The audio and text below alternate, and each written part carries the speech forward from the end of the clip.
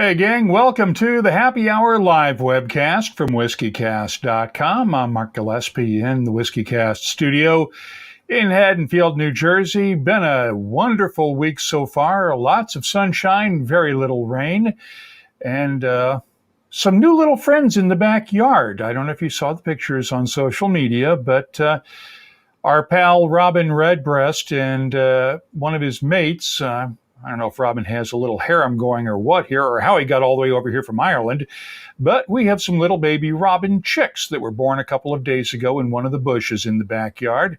And Bader, the wonder puppy, was one who discovered the nest. He was up at the fence barking at it and scaring off Mom and Robin, and we found the eggs a few days ago, and they hatched, and there's a couple of pictures on there. I didn't want to get too obnoxious and stick a video camera in there. So anyway, that makes us rather appropriate to bring in at least one of our guests tonight, our pal Billy Leighton from Redbreast and Middleton and Irish Distillers, along with Ryan Perry from Heaven's Door. They've done a great collaboration that I've just posted my tasting notes for, and Andrew Laing from Hunter Laing Co.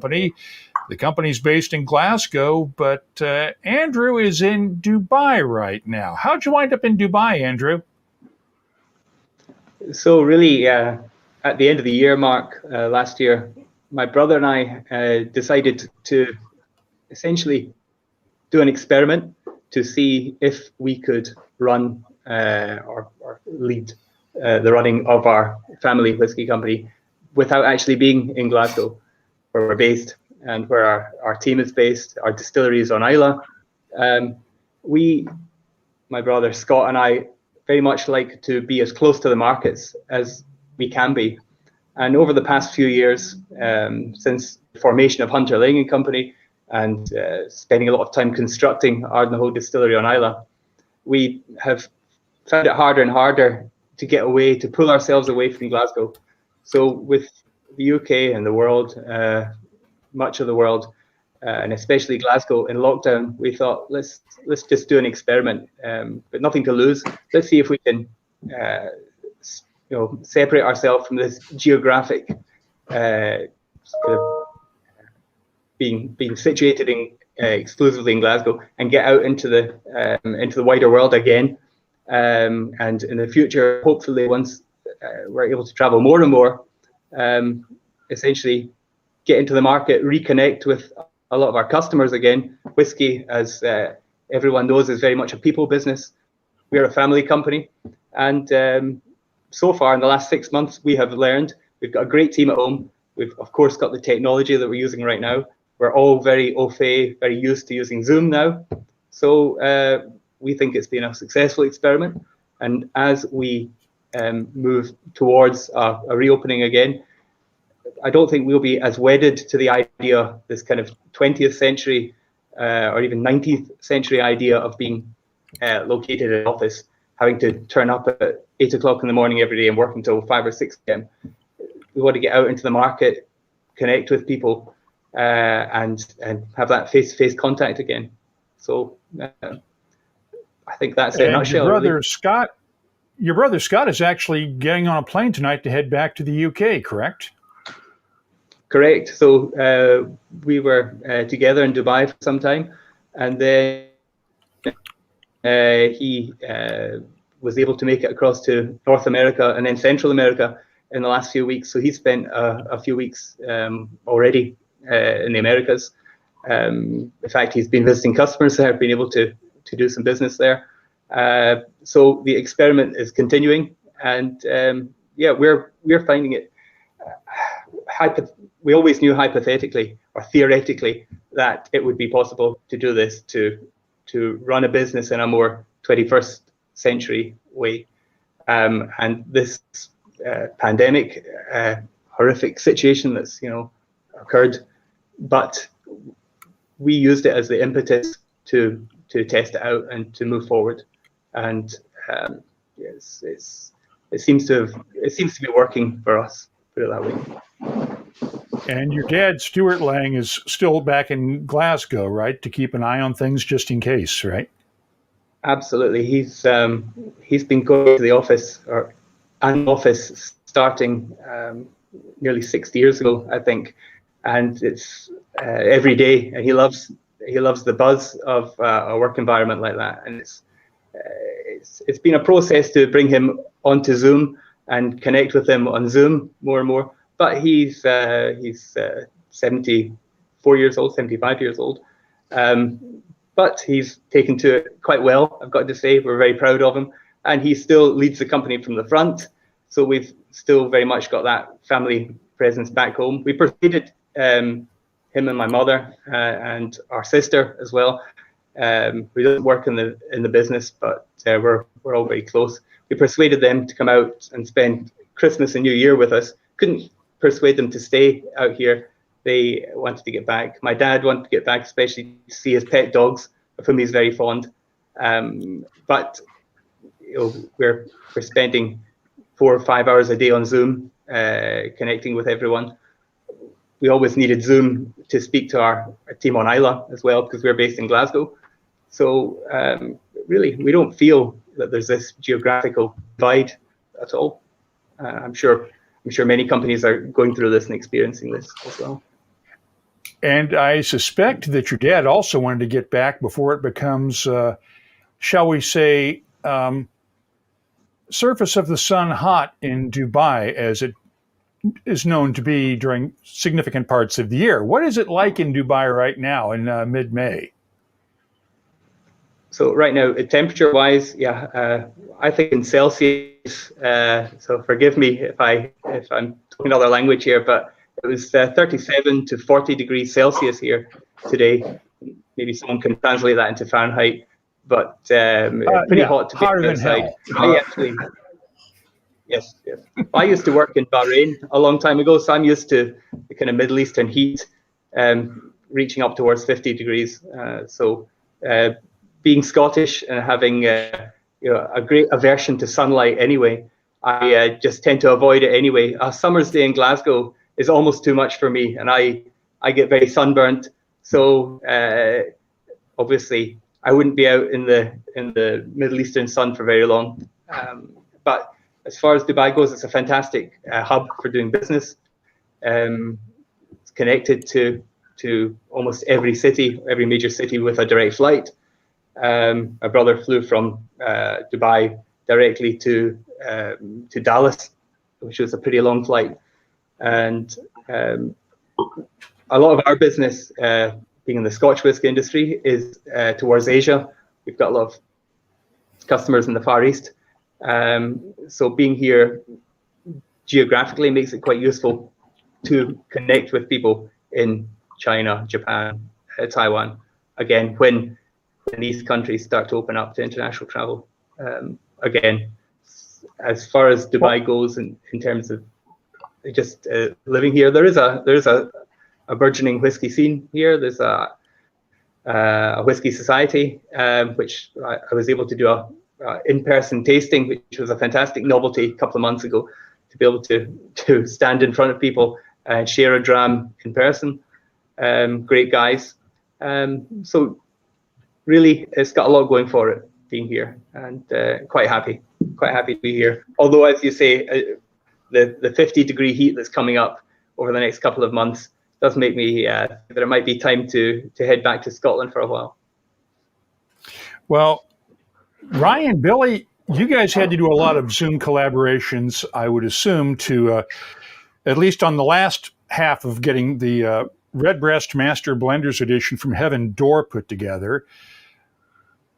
Ryan, why don't you start off and just tell us how this all came about, since Heaven's Door is above Redbreast on here, although I got to note the little Easter egg hunt, so to speak. If you look at the top of the Bob Dylan gate here, you see the little Redbreast robin up there. Mm-hmm. So it's a nice little touch, but tell us the story of how this came together.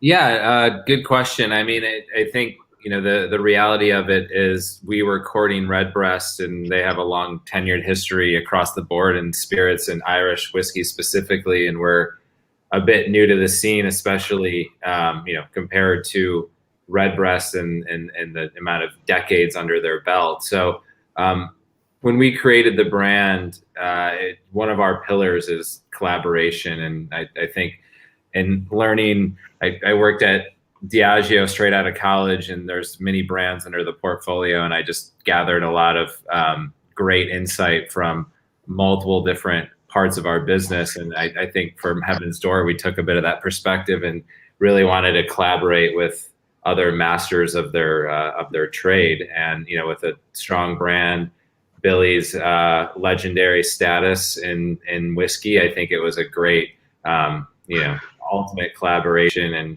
we were just thrilled they were willing to work with us. And we had some really nice, good aged bourbon to add to the party. Billy, what was your thought when Ryan contacted you? Yeah, well, it was, I suppose that the first thoughts were, right, try and convince us why we should go through with this collaboration. You know, that was the first thing. Why should Redbreast? Tell us why you think Redbreast should get involved. And the discussion didn't take very long, to be honest, because I think, Redbreast as a brand itself has a great heritage. It has been around since 1912. It kind of succeeded through the hardest of times in Irish whiskey, and has survived and is flourishing today. So that heritage, along, I don't want to do any name dropping here, but along with the Heaven's Door co-founder, certain Mr. Bob Dylan, has a huge, background or influence from Irish connections, particularly in his music, and it seemed that whenever we were looking at the liquid proposition, we felt that the bourbon style that is, for me, the Heaven's Door bourbon style is classic bourbon style, and Redbreast is the quintessential Irish single pot still whiskey. So it might have been, we might have considered it a bit of a challenge to start with, because the signature of Redbreast is the sherry cask influence. So that's a huge flavour contributor on its own. Bourbon has a, what would you call it, quite a relatively robust against the Irish style. It's quite a relatively robust character. So the challenge maybe was going to be, how do we get the sherry influence of Redbreast to balance with that classic bourbon style? So that's where we settled, and I think it was it was a brave step on Ryan's part to commit the 10-year-old bourbon to this project, because if it didn't work, you were putting in jeopardy some very valuable liquid. So once we put it together and we started monitoring we decided what the combination should be, and we started monitoring the finishing period of it, and it wasn't really a big surprise that it started to balance out very nicely. It's obviously a bourbon, there's no question about it, but those Redbreast fans out there, if they get a chance to sample it, will definitely find those cues, particularly the rich dried fruit and the nuttiness in particular that comes probably from the combination of Oloroso sherry seasoning of the casks, and the nuttiness, I would say, is coming from the European oak. So that's how it started out, and we put the finishing progress, the finishing process into place, and Ryan, between Ryan and myself, I think we kept, I don't know if we can mention FedEx, but we kept the FedEx courier quite busy with samples back and forward. You guys are licensed, it's legal. Now, Ryan, I'm curious, what can you tell us about this bourbon? Because as you said during the briefing for whiskey writers the other day when this came out, this is not the same bourbon that goes into your regular Heaven's Door straight bourbon whiskey, which started out being labeled as a Tennessee bourbon, if I remember correctly, and is now just the Heaven's Door straight bourbon. Mm-hmm. Yeah. I think what I did say was we pride ourselves on transparency and want to talk about every aspect of the project. Unfortunately, we didn't exist 10 years ago when this bourbon was distilled, and we, were bound by confidentiality. I joked I have to give up my 2 kids if I disclose anything further. But it's a different base than we've got for some of our other limited time offerings. It's a lower rye mash bill than some that we've used before, and I think I thought that would really bring out some of the sherry.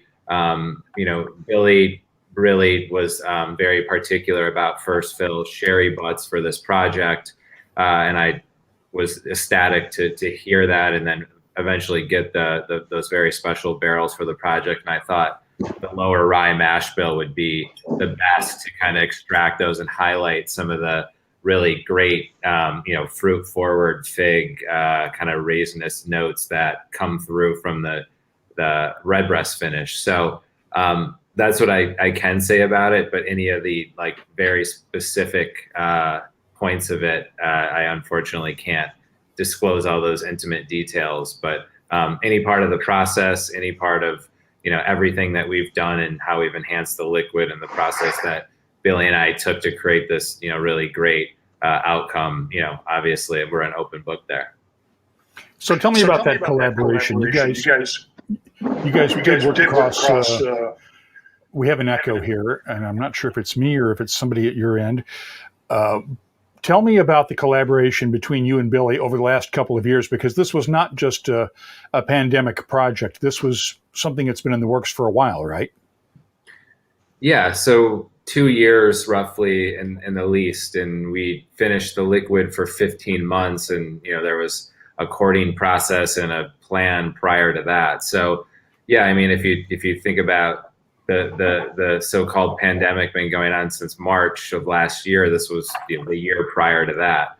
So this was intended to be a fly across the pond every so often and have status checks, do tastings, and really collaborate as we did business previously. But as Andrew alluded to, that's the world of Zoom at the moment. So it didn't compromise the product in the least. And I think I mentioned before, I think we probably were overly critical and sampled it even more than we would have if we, were a little bit more traditional in our approach and meeting in person. And we may have said, oh, well, I'll be over there in 2 months. Let's wait until then, as opposed to pull a sample now. So I think, it was nothing was sacrificed at all. I was just a little let down that I didn't, get 4 trips to Dublin underneath my belt because I wanted to go. So I think my take is we'll make up for lost time when we can, and that'll be a good end result. Well, I will admit that this is what I'm sipping tonight. I just finished up the sample, and the full-size bottle came in today, thanks to the Whiskey Ferry. So I'm going to pour just a little bit more of this. Bottles are meant to be opened. And we have had a couple of questions. Obviously, this is a limited edition. As Tyrone Cote, our pal in Nova Scotia, puts it, will this Heaven's Redbreast be blowing in the wind to Canada? Where will this be available? If I don't know if we have anyone smuggling it over the border to Canada. I actually don't think so. Unfortunately, we just didn't have that much. Billy and I talked in our tasting earlier in the week. We didn't, we really didn't blend it at all with any of the base 10-year-old. So everything we have has been finished entirely for 15 months, and it caused even less product yield than we had anticipated. So there's a little bit for Europe. We've reserved some on e-com through our website. And then it's limited to a few of our core markets here in the U.S. So there's not wide distribution at all, but I'm sure there's a way to get it, maybe, Vermont or whatever that's close to Canada, that would be an option, but there's just not a lot to go around, unfortunately. And with the borders being closed, you can't even duck down to Vermont to get it, unfortunately. Okay. But I will suspect that it probably, at least it's easier to get in the U.S. than the new Redbreast Dream Cask will be, since the U.S. doesn't get that one yet again this year. And basically, there are legal reasons for that we could spend an hour and a whole webcast discussing. But Billy, tell us about the Redbreast Dream Cask, because the folks in Europe who can legally order it through the Redbreast website have until Tuesday to get into the lottery, right? That's correct, Mark. And in fact, I can go even one better than tell you about it. Just to annoy everybody in the room, I've got a bottle of it here. So the Dream Cask, I mean, the idea of the Dream Cask, it started back in 2017 as something that we wanted to do to, just to be part of World Whiskey Day in 2017. So my colleague Dave McCabe and myself, we selected a cask, and we did a live Facebook tasting on World Whiskey Day. At the end of that tasting, the floor was open to questions, and somebody asked, "What are you going to do with, how much is left in that cask, and what are you going to do with it?" Now it was literally one of a cask that we had selected from our sherry cask inventory. So that's basically, it was going to end up probably in an older version of Redbreast, maybe a 21 or the 27. But the audience was encouraged to put pressure onto the the Redbreast marketing team to have it bottled. So that's what we did. It was bottled then for World Whiskey Day in 2018. So that was a 32-year-old Dream Cask, and the interest that came from that was incredible. It was sold only in the Birdhouse, which is the sort of the members area of the Redbreast website. It sold out very quickly, so we thought, let's follow up in 2019. So we did the Pedro Jimenez finish in 2019, was offering 2. It sold out in a very short space of time online, and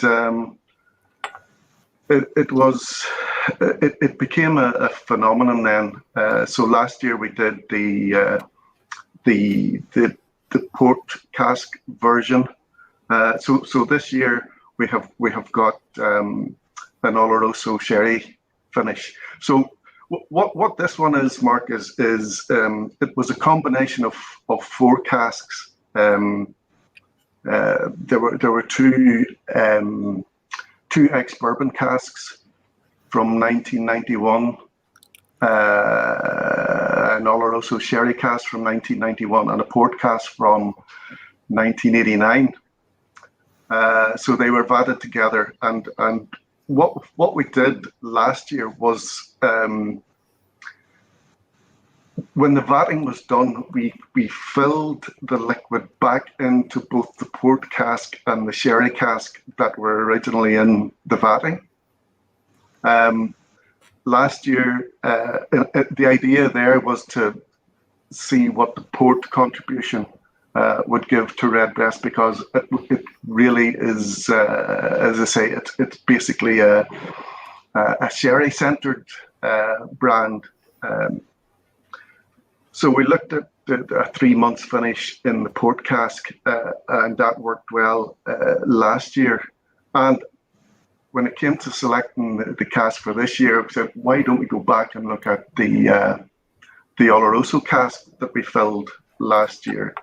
And we were absolutely taken aback with how that had performed, bringing the not only the Oloroso sherry influence, but the extra 12 months marrying in that cask has really mellowed the complete vatting. So you've got the bourbon, the port, and the sherry all come together. It's had 15 months, this one, as a, you might call it a marrying period, but what it has done is really mellowed out, created a great infusion of flavors, fruit forward, as you can imagine, with the port giving an extra dimension, and then all mellowed out over the 12 months over and above the 3 months that it was this time last year. So the liquid itself, it's a single pot still. If people just explain, a single pot still Irish whiskey is a category of Irish whiskey defined by the mash bill, which is a mix of both malted and unmalted barley. And for me, the mouthfeel, the texture of this one is it's almost syrupy sweet. It's got huge texture, and a lot of that comes from the use of the unmalted barley in the mash bill. But for me, it's that texture. Whenever you get up, you take a sip, your mouth really fills with all the flavors, and that texture holds the flavors on your palate. So you can, it's kind of everlasting almost, from the flavor point of view. So that's basically where the, what the Dream Cask is about, and where this current the latest release, where it sits in the flavor spectrum. Well, you just probably made some people jealous with showing off your bottle. I have at least this much of it. It's good to have friends in Ireland. So I was able to get a little bit of it. I've posted my tasting notes for it already at the website, and we'll share them on the podcast this weekend.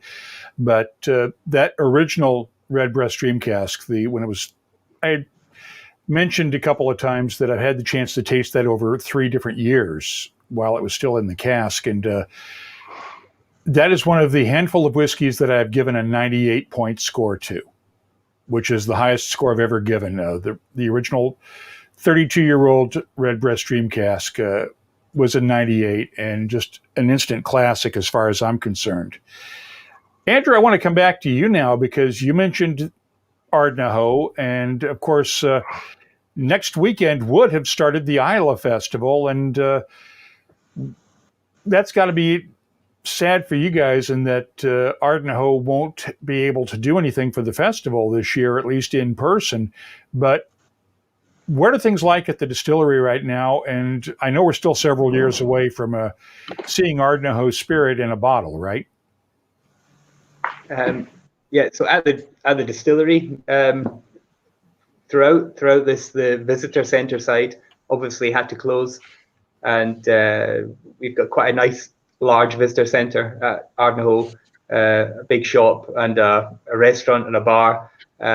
Employed quite a few people there, so it was really a lot of people that we had to put on what in the UK is called furlough, where they're kept employed, but obviously not at work. Luckily, the production side was able to continue. We were able to keep producing spirit throughout, which we did. I think we paused for about 4 weeks right at the beginning to get our bearings, but then carried on. Malt deliveries were able to continue. We were still able to get casks shipped over from America or Spain to fill, and the team there did a great job. And actually, our bottling hall in Glasgow was thankfully able to continue as well. They did another amazing job of coming into work every day, which at the beginning especially, I'm sure it wasn't necessarily an easy thing to continue getting on buses, public transport, and keep coming in, but they did, and we were very grateful to them for that. But as of a few weeks ago, we are now open again. So the visitor centre is open. We've got tours again at Ardenhall, people visiting, people coming around, people being able to have socially distanced face-to-face tastings again. So it's fantastic to know and to be able to know that people are at the distillery again, being able to have a look around, and the enthusiasm and the excitement of the team on Islay is really a pleasure to feel coming from them, because they're very much people orientated, and to see tourists, and there are tourists starting to make their way back to the island now, to be able to engage with them is great, and it's wonderful. As you say, the Islay Festival was cancelled, or rather shifted online for the second year in a row, which is a pity. It just fell a couple of months too early. It's at the end of May every year. So last year was obviously pushed online. This year we had hoped that it might go ahead in person, because it's really the highlight of the year for certainly for Islay whiskey, but in my biased opinion, for Scotch whiskey, it's the highlight of the year. People from all corners of the world descend on Islay. I know, I'm sure you've been there a few times, Mark, and experienced the buzz. And the population of Islay, which is, I think, just over 3,000, fairly large island, just over 3,000 people, so it's quite sparsely populated. Suddenly, there are lots of people on the roads, or it feels like there are lots of people on the roads. And the locals joke that there are so many cars and motorhomes making their way over that the island drops into the sea a few inches for that 10-day period, because it's just this influx of people. I think the ferry staff have to check, have to interrogate people getting on the ferry. Do you have somewhere to sleep?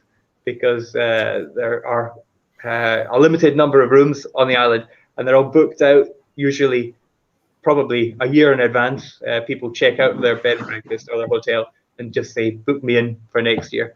And sadly, that's now 2 years that we haven't had that. And as Ardenhall, we were only founded, we only built the distillery and started distilling in 2018. So we had one Islay Festival as distillers in 2019, and we really will look forward to 2022 to be able to welcome people back again, by which time we will have Islay single malt whiskey, as opposed to keep having to refer to it as spirit. We'll have mature, well, very young 3-year-old Islay single malt, the newest Islay single malt. We won't be bottling it, that's for sure. We're in no hurry to bottle it. At 2.5 years old, it already tastes. It's got a beautiful fruitiness, got a very strong Islay character coming through there.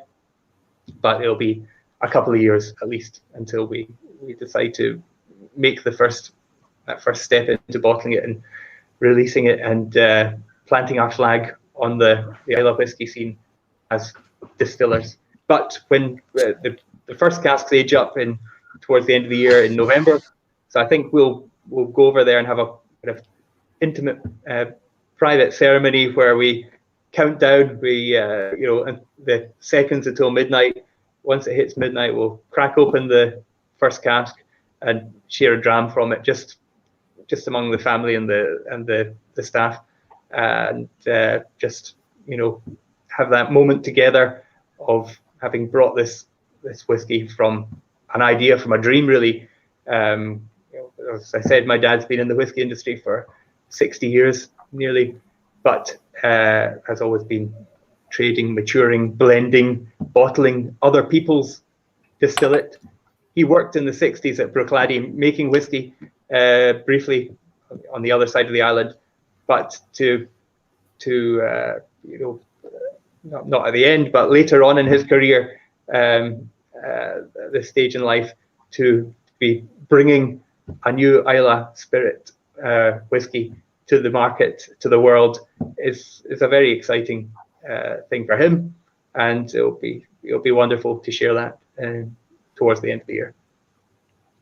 So there's no chance that you will bottle a preview, say, single malt for next year's festival for a release, just to say, well, this is where we're coming, but we're not going to release a real single malt yet. But yeah, this is whiskey. This is sort of our preview release. Because you know, and I know, everybody that goes to Islay for the festival, they're going to want something from Ardenhall. Yes. We are very much of the opinion that we've got to be patient with this, that you only get one chance to make the first impression, and we want it to be the right first impression. And we certainly do bottle young Islay single malt. Someone mentioned Scarabaeus there, which I won't disclose which distillery that's from. But we bottle from several Islay distilleries at quite young ages, but never really below 5 or 6 years of age. We do have whiskey or spirit maturing in a variety of casks. So we've got a lot of first fill, obviously a lot of refill to take it for those longer term maturations. But I would be confident that when the whiskey becomes around 5 years old, that we'll have something ready to bottle, something that we're proud to say, yes, this is Ardenhall, this is the inaugural bottling of Ardenhall. It's got the fruitiness that we want, it's got the texture, and it's got obviously the distinct Islay character from that Islay peat coming through from the malt. Of course, being commercially minded, we do want, as you say, to allow the visitors to the festival to buy something. So we do release each year, and we have done for 4 years in a row.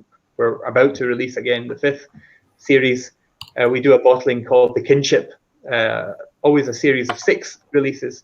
Originally, it was actually selected from our warehouses, 6 casks, by Jim McEwen, our master distiller when we built Ardenhall.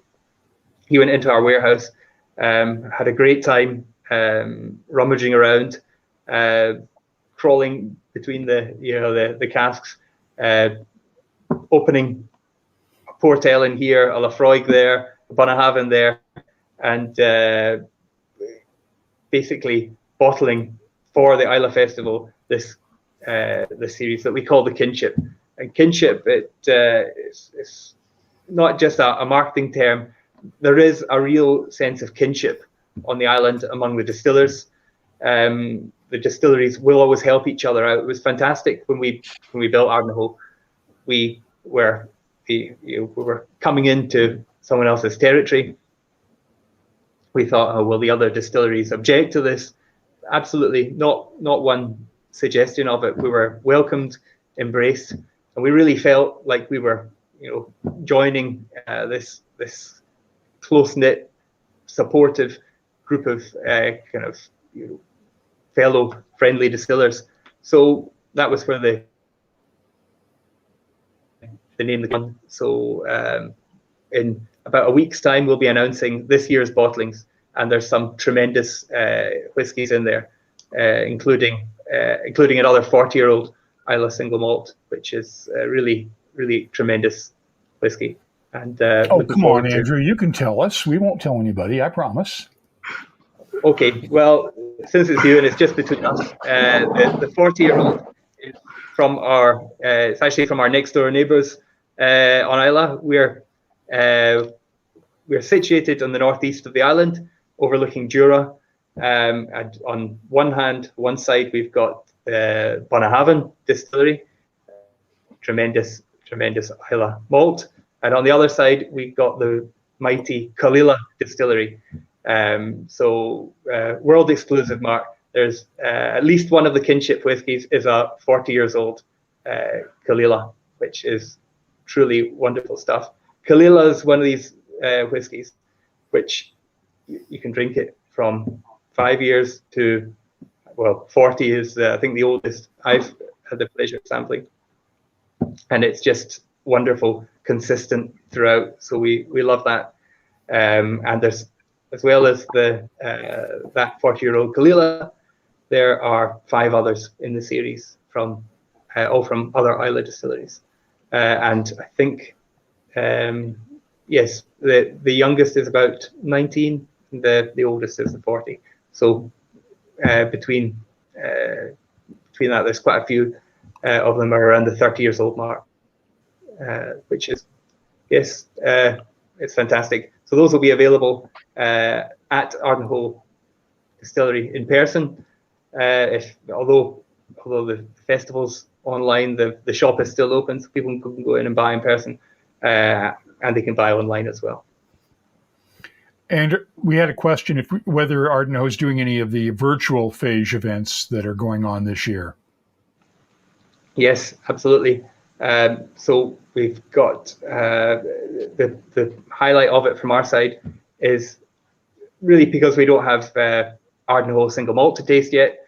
We have a very in-depth, very detailed tour of the distillery, interactive again like this, with one of our top operators there, who's a wonderful raconteur and a good presenter, taking people around the distillery virtually. So that's kind of our contribution to the day. It's looking forward to the day, Mark, in the not too distant future when we're presenting Ardenhall and having a range of different Ardenhall bottlings at the festival. As far as people who you asked about next year and doing a special bottling of the spirit, we won't, as I said, do that.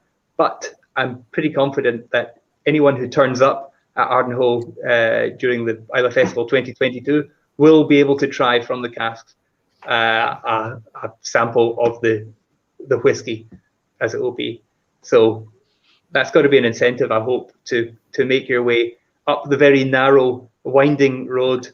You'll know the road yourself to Ardenhall and to Bunnahabhain. It's not the easiest road, but at the end of it, or almost at the end of it, where we are, it's worth the trip, I think. So there we go for 2022. Come and try a dram, at least, of the Ardenhall single malt. I can't wait. Ryan, I want to touch on distilleries with you because pre-pandemic, you guys had announced plans to build a distillery in Nashville and renovate one of the historic churches and turn that into a distillery. Where does that stand? Because we haven't had an update on that since the pandemic, actually. Yeah, good question. We're planning to officially break ground this year. COVID definitely put us to a halt there, and it was a probably a blessing in disguise because we would have sat unopened for a prolonged period of time. But so we'll break ground. I expect it'll be at least a 2-year build out. We'll have some performance areas, a brand center, distillery, obviously, a tasting room, and an art gallery for Bob and some partner artists, as well as our Heaven's Door Foundation will be based out of the Nashville Distillery and location as well. So it'll be a great destination location. It's right downtown, down from the Johnny Cash Museum on 4th Ave, 4 blocks off of Broadway there. So we're really excited to get it open and have people join us, and it'll be a great way to discover the brand in a further way other than enjoying the whiskey currently. And we have to point out, and I would be remiss if I didn't do this, that today, May 21st, is International Tennessee Whiskey Day. as proclaimed by the General Assembly of the great state of Tennessee, because 84 years ago today, the previous General Assembly of the great state of Tennessee finally decided to get off the dime and end prohibition in said state, and it took effect today, 84 years ago. So tell us about the connection between Heaven's Door and Tennessee and why you guys are building in Nashville and want to set up the distillery there. Yeah, I mean, it's a booming town. It's got more music history than you can even, than you can try to portray. Bob Dylan recorded a few albums there. He has Nashville Skyline. He was just in the Country Music Hall of Fame. We have whiskey from Tennessee in our inventory. We've been distilling with one of our partner distilleries there for over 3 years now. We do bottling there. We do barrel finishing and blending there. So product, brand, Bob Dylan wise, as well as just a booming town to go have fun and enjoy whiskey and music. It was like the shortest conversation ever. Where should we do it? And being, named Heaven's Door, we felt it only, we obligated to distill whiskey in a church at some point. So call it what you wish. But yeah, we when the church became available, and we knew some friends that had their business there that are now our architects for the project, it was just a great fit. So it was a pretty short conversation, as I said. And it wouldn't be the first distillery that I know of in a church. Billy, I'm assuming you've seen the Pierce Lyons distillery in Dublin that was built in the old St. James's Church, where they took over the altar where the altar used to be, and they put the stills right where the altar used to be. One of the most beautiful distilleries around. I can't wait to see what that one's going to look like. Dave Kuhn wants to know, how far from the Ryman is the new distillery site going to be? Well, I think the Ryman's isn't it like a block off of Broadway? So maybe one additional block. I get turned around in Nashville, but it's super close. And I think the Ryman's, like I said, right off of Broadway. So it's definitely within short walking distance, to say the least. Billy, what else are you working on right now? that you can talk about. That's a leading question, Mark. Yeah. Well, listen, there's loads of stuff going on. I mean, for the folk out there, I mean, I'm not only looking after Redbreast, but we have Jameson, we have the Middleton family, we have the Spot range, we have Pars and Method and Madness. And to be honest, Mark, for every family, brand family, there are numerous projects going on. I'm not sure that there are any at the moment that I can talk about, because from the point of view of the blender, we never stop. We never stop trials, innovation projects. There are so many ongoing, because each of the brands that I've mentioned there have their own marketing team, but there's only one blending department. So all the work is kind of funneled in towards the blenders, and we have an awful lot going on for every brand, and other work that doesn't even fall within an existing brand at the moment. So it's an exciting time, because it's all about, I think, speaking particularly about the Irish whiskey category, and it probably covers the world whiskies, that the future for the whiskey industry, well, particularly in Ireland, is through innovation. So we have a lot of trials going on, and I promise you, Mark, you'll be one of the first to hear about anything that's going to be released but you'll only hear about the ones that are, these trials that are successful. There will be many trials which will not see the light of day, and I might end up with a blender's sample at my desk here, and there'll be very few people in the world will get to experience it. I'm on my way, Billy. Hey, let's talk about Method and Madness, because you just released one that was finished in Hungarian mulberry casks, was the last release. And a lot of folks, especially those in the U.S., are not familiar with Method and Madness because they've not been released over here very much, if at all. But explain to folks what the Method and Madness range is. Yeah, well, what it is it's quite simple, Mark. I've just talked about all the trials that we do and experimentation that's going on, and some of the trials work and some of them don't. But by definition, whenever you're doing a trial or an experiment, by definition it's something that you haven't done before. And so when you're doing trials and they're successful, what do you do with them? Because you've got a core portfolio, and if you're doing something outside of what normally fits into those existing styles, then you're kind of stuck with it. And we would be, myself and Dave McCabe would be say, well, that one worked. Now what do we do with it? And so that's where Method and Madness came along. Said, like, these successful trials that we're carrying out, how can we share them with the consumer out there? And that's where the brand Method and Madness came about. So it was the opening that we created to allow to showcase some experiments that were ongoing. What we've released in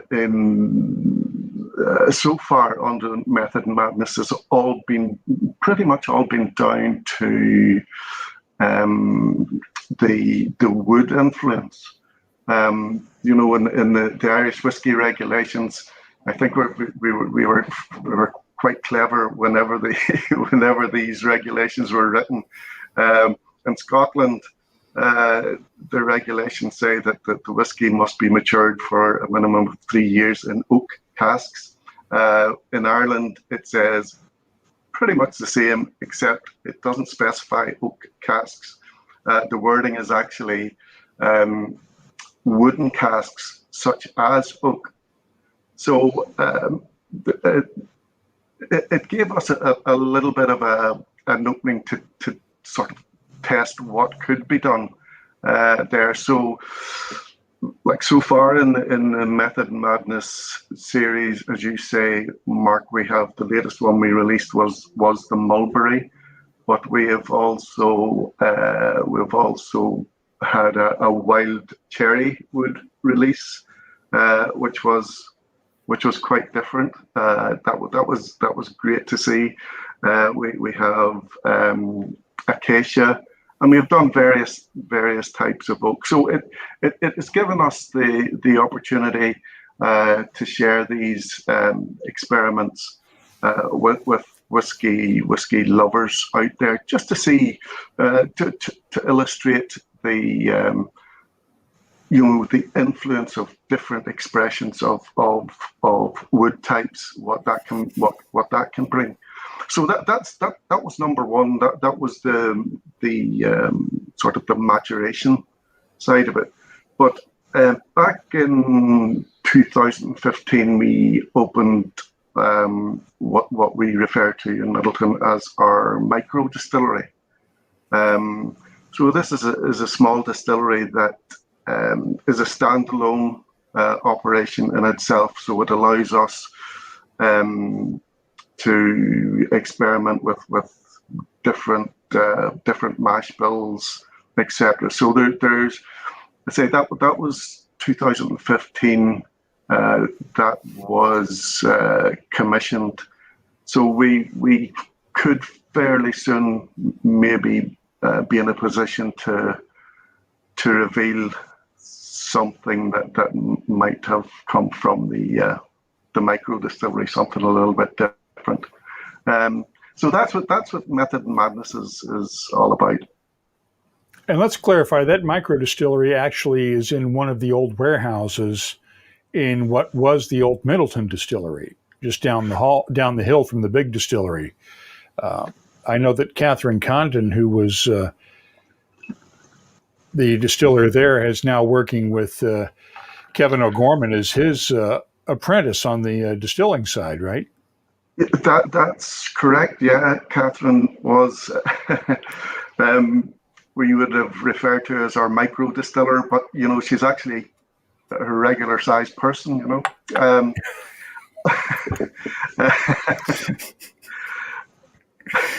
Oh, so. Boy. But she's working. To be fair, we have some great young talent in Middleton Distillery. We have what we call the graduate program. Right, mostly it's graduates who can get involved mostly in the marketing side, but we have in the past number of years had a production side to that graduate program, and really we have got some very good talent, and their names that you'll become very familiar with in the not too distant future. Andrew, I want to turn this back to you now because I want to give Ryan some ideas here for the next collaboration, because I know what you guys have sitting in your warehouses in terms, or at least in general terms, of like really old whiskeys, because when I know that you guys are sitting on a whole bunch of things like old Port Ellen casks, that 40-year-old Kalila that you mentioned. What do you guys do with a lot of your single casks that you bottle for Old Malt cask and the Old and Rare range, the Authors series, and for your single cask ranges? What do you do with those barrels after you've emptied them of that single malt whiskey that's been sitting in there for 20, 30, 40 years?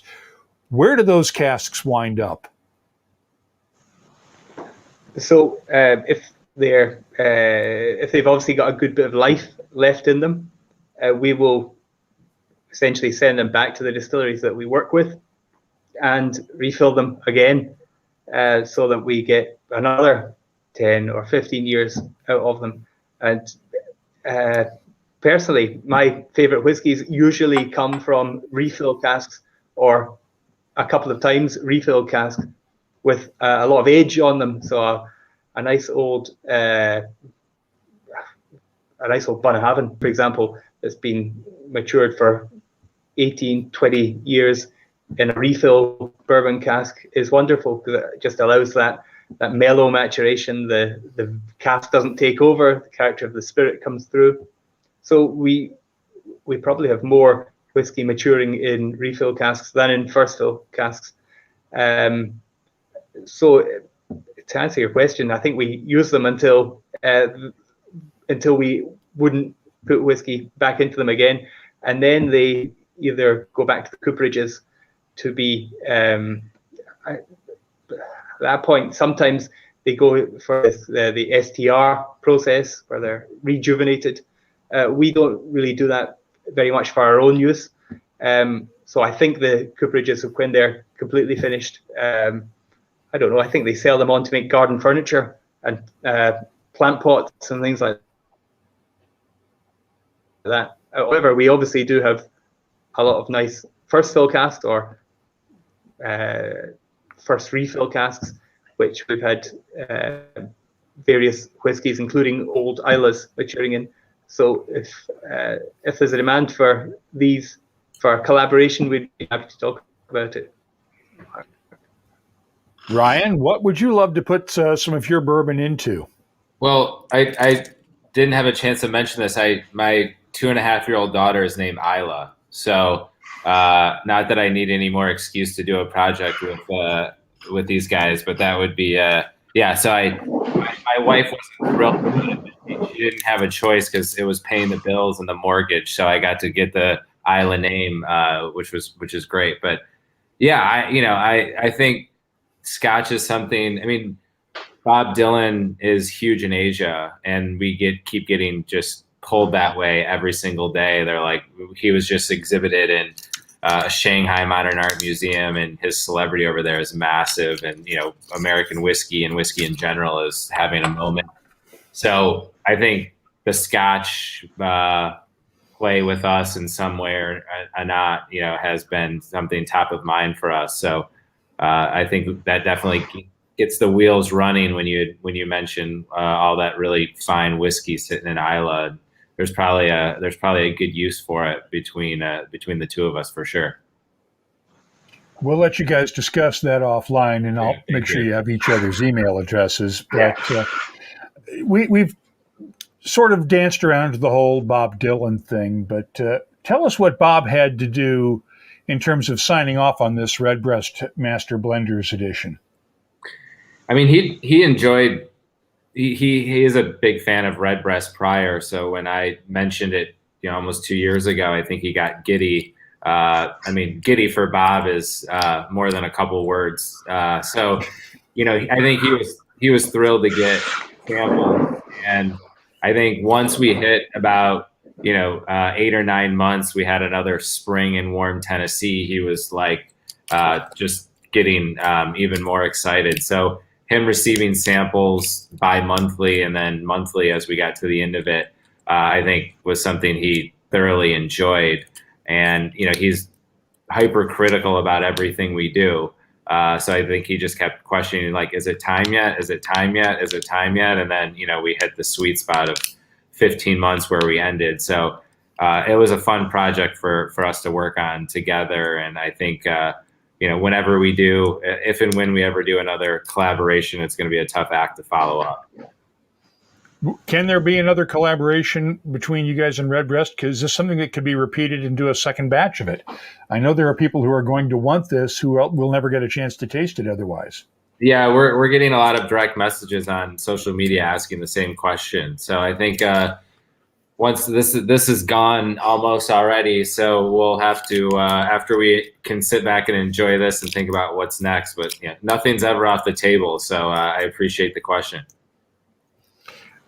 We have a good question that Graham Fraser has asked before, although he notes he hasn't asked it for months. What whiskeys have you guys tried in 2021? And I'll extend it out to the entire pandemic. What whiskeys have you tried during the pandemic that had a wow factor? And I'll add a variation here that weren't your whiskeys. What have you tried from somebody else? And Andrew, I'll let you answer, since we don't have Ardenhall in here. You can answer one of your own bottlings or one of your casks. But what whiskeys have you tried that had a wow factor?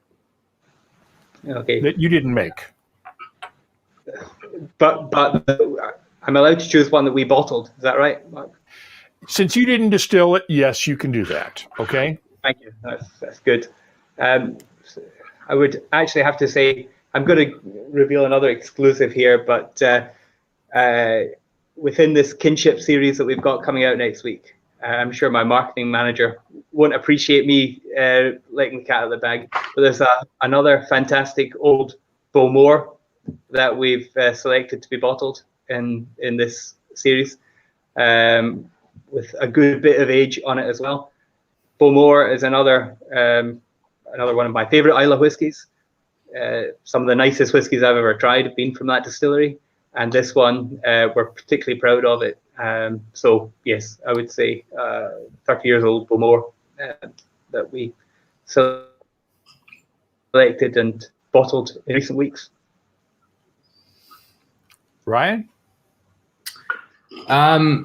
Yeah, good, really good question. I think I have two. So we have a food and beverage business here in Chicago, and we did a Weller antique barrel pick, and it was just the most cherry forward, wonderful thing I've had in a long time. And I have some old comrades working at Sazerac now, so I can say that. And then secondly, a guy I've worked with for a decade, starting at Bullet Bourbon.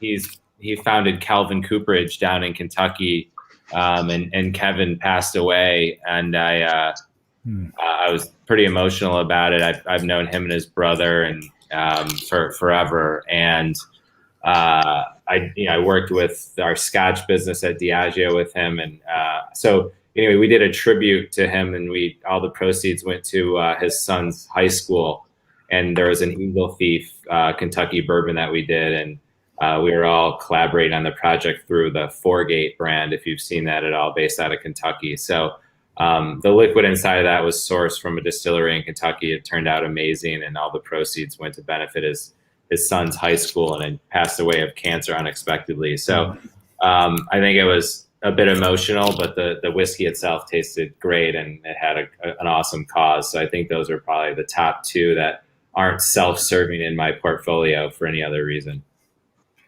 Billy? Yeah, I mean that's a really tough question for me, because I don't often go outside of our own products, because we've got such a range. But I can tell you something that did kind of blow me away a little bit. But I'll explain. I can't tell you what it is, because I don't know what it is.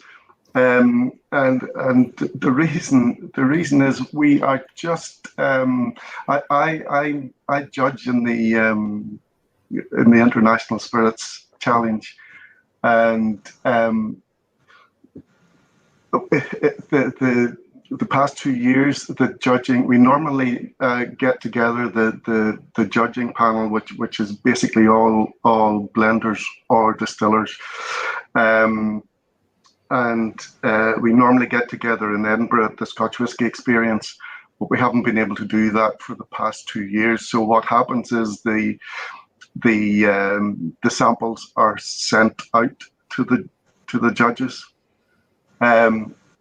So just in the room. Yeah, welcome to our world, Billy, the real world, where we don't get to all get together and judge. We have to do them at home with blind samples. So next door here, I've got about 360 samples that I've spent a few weeks going through and judging, and there is one in particular. It's a blind judging, so we don't know what they are. We know the category. So there's a Japanese one there. It's a Japanese malt it's in a super premium category that is fabulous. And as yet, I don't know what it is. The judges have a Zoom call on Monday, and all will be revealed then. So I'm looking forward to find out what it is myself. Yeah. Hopefully we'll find out what it is when the awards are announced, because presumably if it impressed you, it's going to win an award. And that sort of goes with the question that our pals at the Malt Mariners in Germany asked about your mind-blown whiskey of the last year. And we'll let the listeners answer that offline. Dave Keown says the Green Spot Bordeaux cask bottling, which was the Chateau Léoville Barton bottling, was maybe the most wow thing he's had in the last year. But that's been out for several years now. We should be due for another Green Spot, shouldn't we? Hint, hint. Again, Mark, we're always looking and investigating for. I'm starting trouble, I know. Extensions, but yeah, the Léoville Barton, for example, was a great extension to the Green Spot in itself, a different expression of Green Spot. we did the Leighton Barton, and we have the Chateau Montelena, which is his Infidel cask influence. But the Leighton Barton, in itself, the Green Spot is a single pot still, which is fruity in itself, with orchard type fruits, apples, pears, that type of fruitiness. But the Leighton Barton, the Bordeaux cask influence, then adds another layer of fruitiness. But it's red berries, that type of fruit, and yeah, I mean, that's a good choice, and I can understand how somebody could be impressed by that one. Yeah. Okay. Well, I won't put you on the spot any further, but yeah, we know it took you a few years to get to the blue spot and to complete the spot range, so it's time to freshen up the green spot range with another cask finish, I think. But we'll leave that to you and Kevin and the boys to figure out. I'll discuss that with Kevin on Monday morning, Mark. And Dave Kuhn wants a Green Spot Vin de Naturel cask. He's convinced Vin de Naturel is the mother's milk of whiskey casks. I have not tried Vin de Naturel in anything other than maybe Waterford or Bruichladdich, because those were the ones that Mark Rainier was always in love with. But we've had some great suggestions online here. Final thoughts. Where do you see things going post-pandemic? And I'll throw this out to all three of you, because you all have your own individual takes and views on the whiskey business. Ryan, let me start with you. Where do you see American whiskey in the year to come, assuming that we're on the downslide of the pandemic? Yeah, I mean, I just hope there's a quick recovery, on premise with bars and restaurants, because there's just so much to be gained from that, bartender mixology interaction. And they really, are a wealth of knowledge. And for a brand like ours, who's just getting started, to have that and build that relationship and rapport with, different groups around the country, I think is pivotal for the success of our brand, as well as just educating consumers in general in the category. So I want nothing more. I mean, it's like just traveling, going to sit at a hotel bar by yourself and run into, someone you couldn't expect you would ever cross paths with, is something I couldn't look more forward to. So I just hope it happens sooner than later, because I think that's a part of the business in general, and just the travel that I miss. And I think it's going to be a huge recovery that I look forward to. Andrew? Yeah, I would agree completely. I think whiskey is very much a people business, and people who appreciate and enjoy whiskey like to get together and share it together.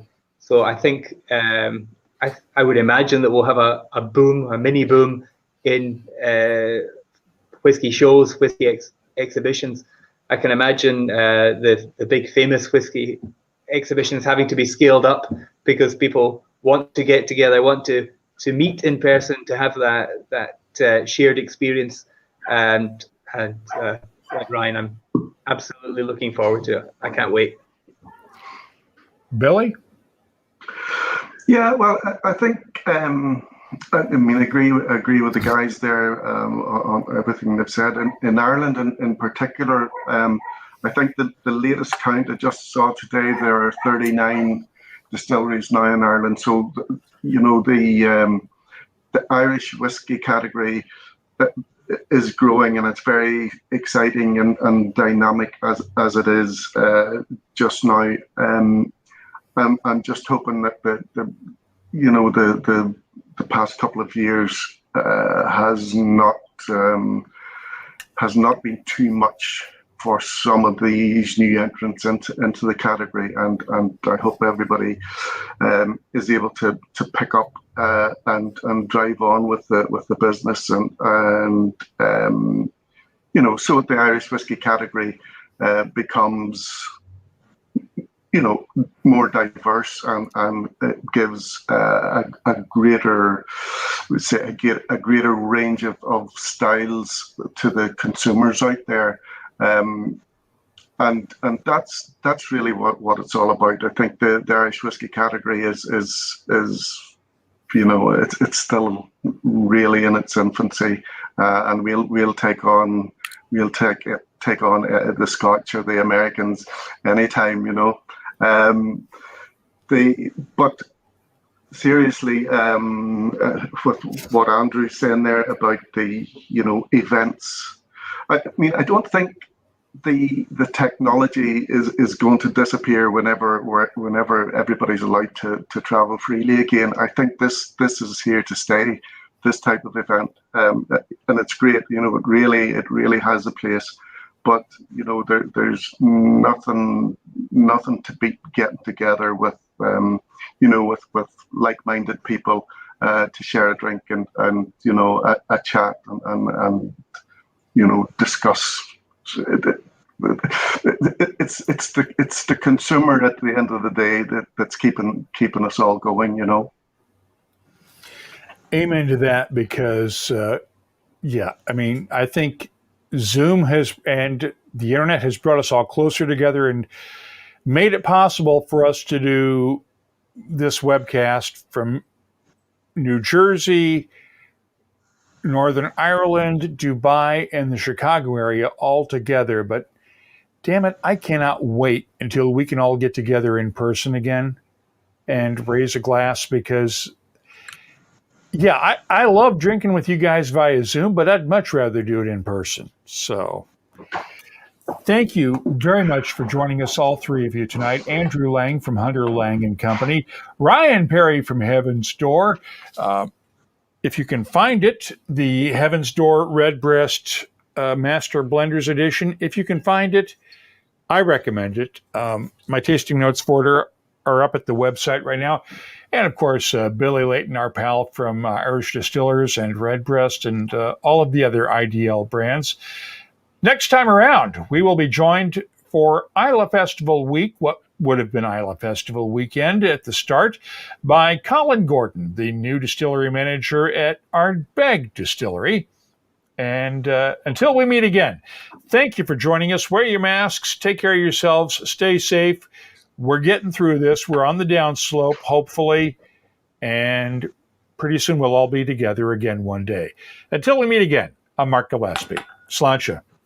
Good night, all. Sláinte, Mark. Cheers.